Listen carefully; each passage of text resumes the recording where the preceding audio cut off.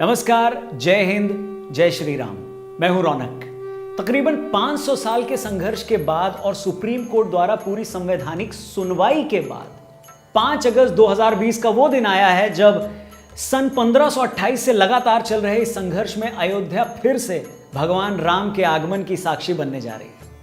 500 साल का समय बहुत बड़ा होता है। न जाने कितनी पीढ़ियां इस सपने के लिए, इस संघर्ष को जीते हुए इस दुनिया से जा चुकी है।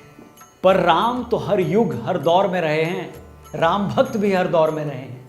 राम को बीजेपी का बताकर खुद को सेक्युलर बताने वाले क्या ये भूल गए हैं कि राम तो महर्षि वाल्मीकि के भी थे, राम तुलसीदास के भी थे, कबीर के राम थे, श्री गुरु नानक देव जी के राम थे, महर्षि अष्टावक्र के राम थे, महाकवि कालिदास के राम थे, मीरा के राम थे, महाकवि केशव दास के राम थे, महाप्राण निराला जी के राम थे, राष्ट्रकवि मैथिली शरण गुप्त के राम थे। यानी राम पूरी दुनिया है और ये दुनिया ही राम की है।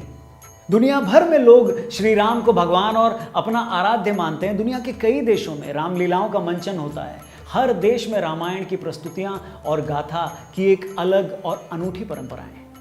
पर दोस्तों, यह इतिहास का एक कड़वा सच है कि बर्बर विदेशी आक्रांताओं ने हमारे हजारों श्रद्धा, पुण्य और प्रेरणा केंद्रों को ध्वस्त करके, उन पर अटैक करके राष्ट्रीय स्वाभिमान को नष्ट करने का प्रयास किया था। क्योंकि उनको एक बात बिल्कुल क्लियर थी कि अगर किसी देश को, किसी राष्ट्र को खत्म करना है तो सबसे पहले उनकी आइडेंटिटी को, उनके कल्चरल वैल्यूज को खत्म किया जाए, उन पर आघात किया जाए। काशी विश्वनाथ मंदिर बनारस हो, श्री कृष्ण जन्मभूमि मथुरा हो, श्री राम जन्मभूमि अयोध्या हो या गुजरात का सोमनाथ मंदिर हो, ये सारे धार्मिक स्थल भारत की सांस्कृतिक प्रवाह धारा के आधार रहे हैं और इतिहास में बार बार इन पर हमला किया गया है। क्या आप इमेजिन कर सकते हो कि यहूदी लोग हिटलर को हीरो माने या अमेरिका के लोग ओसामा बिन लादेन को हीरो माने? नहीं ना।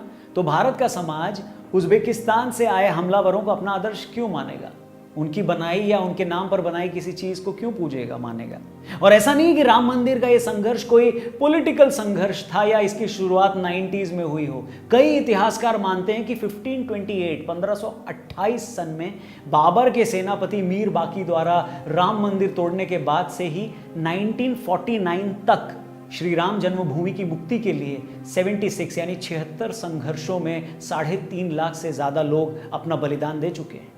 इसमें बाबर के काल में 4 बार, हुमायूं के काल में 10 बार, अकबर के काल में 20 बार, औरंगजेब के काल में 30 बार, अवध के नवाब सआदत अली के काल में 5 बार और नवाब नासिरुद्दीन हैदर के काल में 3 बार संघर्ष हुआ। और भारतवासियों ने इतनी कुर्बानियां क्यों दी? क्योंकि भारत के लिए राम केवल पूजा के देव नहीं हैं, वे नेशनल प्राइड हैं, राष्ट्रीय गौरव, भारत भक्ति और मर्यादा के मानदंडों के अनुसार जीवन व्यवहार करने वाले राष्ट्र पुरुष हैं। दोस्तों, हिंदुओं के लिए अयोध्या का महत्व उतना ही है जितना मुसलमान भाइयों के लिए मक्का का है, ईसाई भाइयों के लिए वेटिकन का है या यहूदी भाइयों के लिए जेरूसलम का है। आज जब भूमि पूजन की तैयारी पूरी हो चुकी है तब भी कुछ लोग इस निर्माण को रोकने में लगे हैं। कौन है ये लोग? कहां से आते हैं?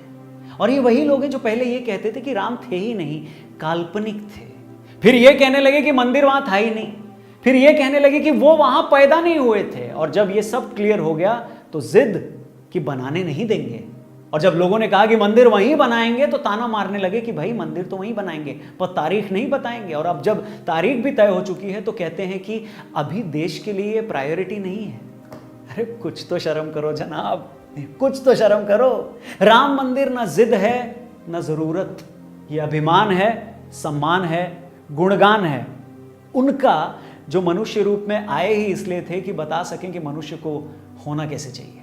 और एंड में मैं बस इतना कहना चाहूंगा कि तरस के साथ साथ मुझे शर्म भी आती है उन लोगों पर जो जय सिया राम और जय श्री राम सिर्फ इस वजह से नहीं कहते क्योंकि उनको लगता है कि एक पार्टी विशेष इस कैंपेन को चला रही है और जय श्री राम कहेंगे वो तो वो उनके विचारधारा से टैग कर दिए जाएंगे। तो उन लोगों से मैं यही कहूंगा कि हे सल्फेट शिरोमणि, राम तब भी थे जब वो पार्टी नहीं थी। राम तब भी थे जब आडवाणी और मोदी नहीं थे। राम तब भी थे जब तुम और हम नहीं थे। और राम तब भी रहेंगे जब ये सब नहीं होंगे।